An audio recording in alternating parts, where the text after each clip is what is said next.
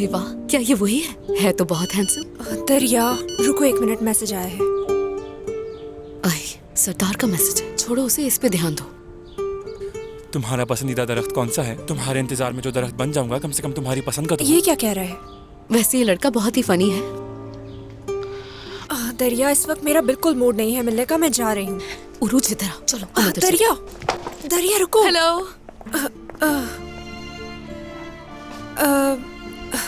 Hello, मैं उरूज की assistant हूँ।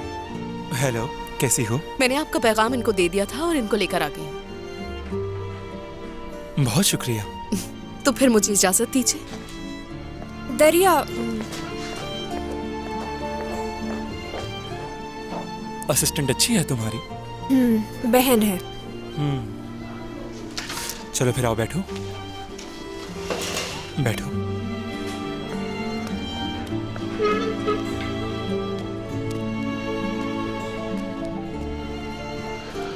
इकलौती औलाद होना हमेशा से एक मसला है। बहन भाई होना अच्छी बात है, वो तुम्हें जबरदस्ती वहां ले जाते हैं जहां तुम्हें होना चाहिए। तुम खुशकिस्मत हो। ये तो ठीक कहा।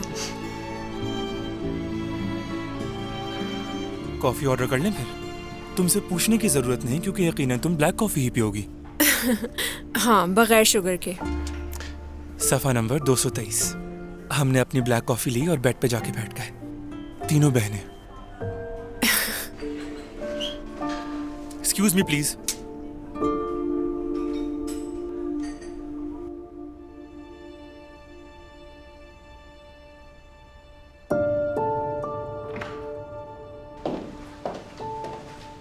सरदार, तुम कहाँ गई थी? उरूज के घर गई थी, ट्रीटमेंट के लिए हॉस्पिटल आने के लिए, लेकिन घर पर नहीं थी वो। मुझे लगता है उसने अपना इलाज रोक दिया है। उसकी आंटी ने मुझे हकीकत से रोशनास करवाया और मैं यहाँ आ गई। मैं भी सुबह गया था और उसे यहाँ लाने पर राजी भी कर लिया था, लेकिन रास्ते में हमारा फिर झगड़ा हो गया और वो गाड़ी से उतरकर चली गई।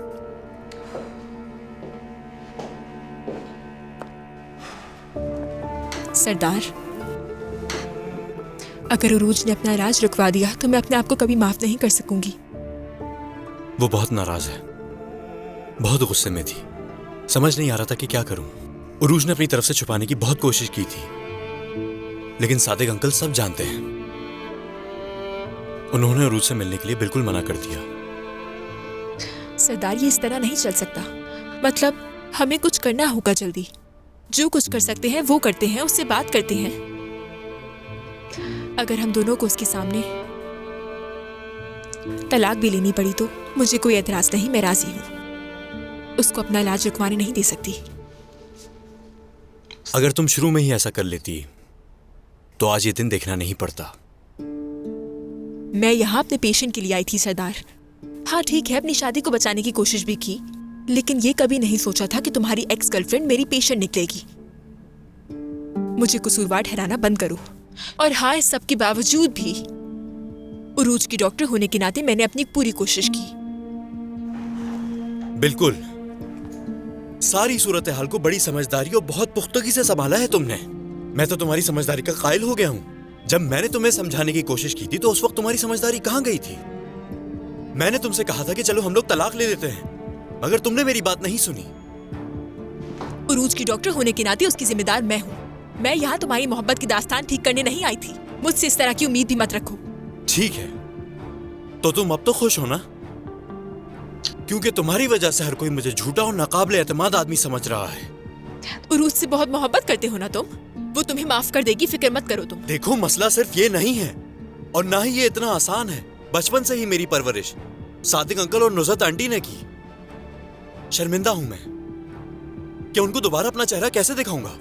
ये मेरा मसला नहीं है सरदार। मैंने उनके सामने खड़े होकर ये नहीं कहा था कि हम शादीशुदा हैं। ये सब बातें उनसे उस औरत ने कही थी, मैंने नहीं। मैंने यहाँ तक सब कुछ अच्छी तरह मैनेज किया सरदार। यहाँ तक कि उस इंसान को उसकी मोहब्बत के साथ भी देखा जिसके साथ मैं मोहब्बत करती हूँ। मैंने तुम्हें ये सब कुछ अपनी आंखों के सामने करते हुए देखा, लेकिन चुप रही, सिर्फ इसलिए ताकि वो लड़की बेहतर हो सके। ये सब कुछ मेरे लिए भी बहुत मुश्किल था सरदार। आइलैंड ठीक है, बस बहुत हुआ। चली जाओ, निकल जाओ यहाँ से। मैं तुम्हारा चेहरा नहीं देखना चाहता। आइलिन चली जाओ यहाँ से।